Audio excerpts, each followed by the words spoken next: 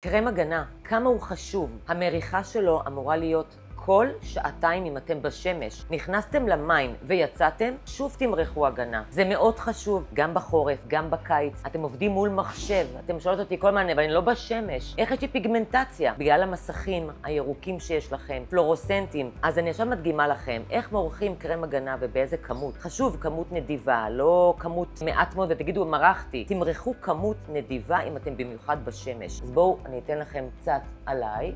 אני מורחת בנדיבות, לא לפחד מהלובן, הלובן תכף ייעלם לנו, הוא נספג, הוא מתאים לכל סוגי האור, לכל המצבים, גם לתינוקות, גם לילדים, גם לנשים וגם לגברים. למרוח אותו גם בעפעף העליון וגם בעפעף התחתון, מתחת לעיניים, לא לשכוח, צוואר ודקולטה.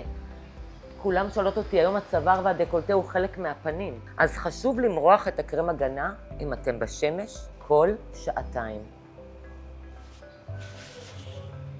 פשוט.